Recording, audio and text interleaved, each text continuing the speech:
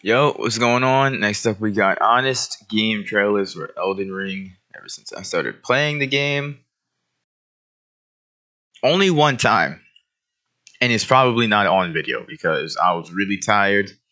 Being tired, hungry, and playing a game like Elden Ring is not a good mix, bro. I was getting heated, bro. I will not lie. That's probably the most fed up I've been in a while.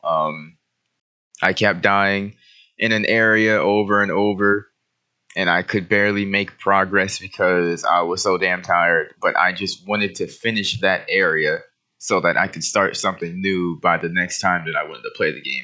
Didn't work out like that. Elden Ring basically told me to go fuck myself, so I ended up just quitting. And yeah, whenever I do go back, I'll still be stuck in that area.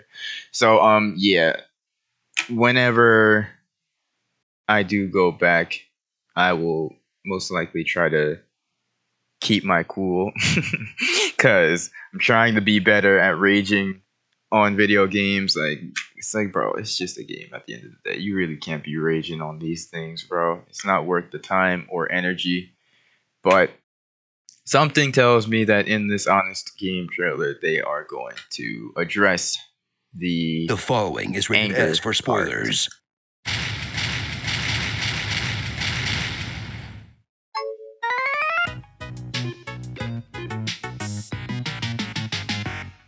Inspired by the mind of George R.R. Martin and the studio that brought us the video game equivalent of waterboarding, comes a new type of Soulsborne experience that changes the series forever with one very important twist. You get a pretty pony. Elden Ring. Stand in awe of the expanse that is Elden Ring, as From Software releases their most ambitious Souls game since they called it King's Field, taking the usual sadistic formula out of the traditional series of gated hallways into a vast open world filled to the very brim with every single thing that made you suffer in every previous title, which somehow took the series status from for hardcore gamers to universally beloved. Except for people who want to complain about the status bro. from for hardcore Is gamers it really gonna to be Elden universally Ring? beloved. Is it really gonna be Elden Ring? I honestly didn't think that this game would be this close to being nominated for Game of the Year, but it's starting to look like it will be. I still have high hopes for God of War Ragnarok, but this is looking like it's gonna win, bro. Except for people who want to complain about the menus or whatever. By finally executing From Software's plan of making everyone get good whether they want to or not, in a title that proves Souls games aren't just for masochists that would voluntarily throw themselves in front of a balls-kicking machine. Or maybe just proves that somewhere deep inside, we're all balls-kicking machine guy. Now that it's mainstream, I'm pretty sure making fun of these games is considered kink-shaming. Explore the sheer magnitude of the lands between, as the surreal and beautiful nightmarescapes of the Souls aesthetic are blown up American extra large, and you'll travel through dramatically different landscapes and like 10 distinct varieties of poison swamp to absolutely get stomped on in each and every one of them. Where despite the fact that you're in a Skyrim-sized world, you'll still do the Dark Souls thing and run past all the dudes to collect graces just so you can declench your sphincter a little bit. Which is luckily made much easier because they gave you a double jumping horse, only to realize that you've gone too far as you get completely demolished by a single enemy. Then discover the true genius of Elden Ring, as you simply pack it up and go somewhere else for a while, where the mostly unbarred environment allows you to completely avoid the futility of beating your head against a single boss for hours, which plagued the previous titles. Then watch in horror as your dumbass does that anyway, because getting beat down by Margit 20 times has injured your pride. No cap. Put yourself away from meandering into every cave to collect all the weapons you don't have the build for. No, oh my fucking goodness. This nigga is hitting the nail directly on the head right now. Margit 20 times has injured your pride. That is, if you can pry yourself away from meandering into every cave to collect all the weapons you don't have the build for. In an open world experience that doesn't so much as hold your hand as abandon you during childhood.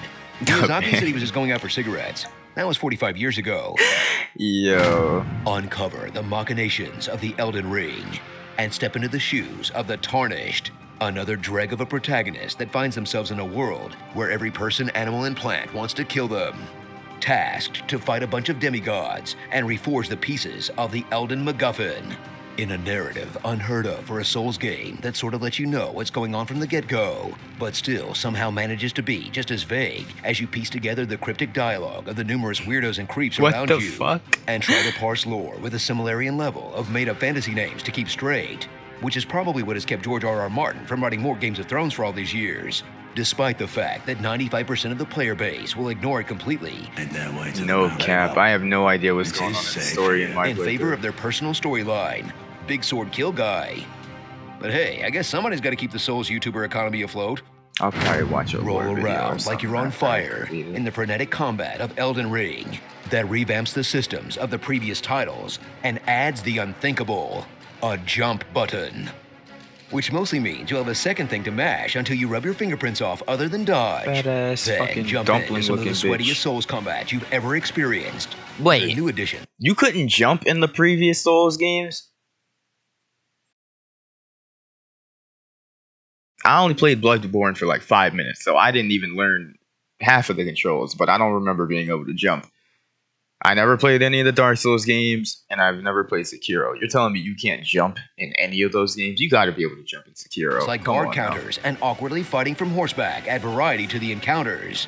Unless you're a magic user, where you'll cheese out everything from a safe distance just like normal, to constantly get instantly bodied so hard you die in real life. In combat that will test Die all in the real skills life. you built up in countless hours of the previous titles, and inevitably crush your ego on the altar of some horrible construct with way too many limbs, or simply a big dog, until you just bite the bullet and invite strangers to help you take them down, or summon an upgradable spirit jellyfish, because honestly, What the why fuck? not?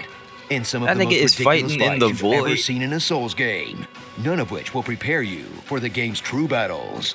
The one against the game's bad optimization, and every dickhead who keeps trying to get you to jump off a cliff. You know, nothing quite gets me in the headspace to appreciate this game's painstakingly crafted setting more than reading 40 messages that say Fort Common Night. So put on your oversized hat and get ready to praise the ring for a gaming experience that treats you like you're smarter than you actually are, which despite its highs and lows, deserves genuine respect for sticking to its genuinely unique design that attempts to truly make you feel like you're exploring a forgotten world and not just checking off boxes on a list. And I'm not just saying that because of the Stockholm Syndrome anymore. Starring, dying, crying, misjudging the jump and dying from fall damage, rolling to your death, missing every swing on your horse, endless cheese, getting invaded at the worst time, griefing in PvP as revenge, insisting you double wield the big weapons despite fat rolling, hitting every wall in case they're an illusion, respecting over and over, destroying all furniture around you, patches, looking like a child who dressed themselves for peak stats, debating on killing an NPC for their swag, laughing at Rudon's ridiculous horse, crying around Rudon's ridiculous horse, getting hugs after trying your best, and being maidenless in-game and Being in real maidenless. life. Elden Finger Ring, but whole.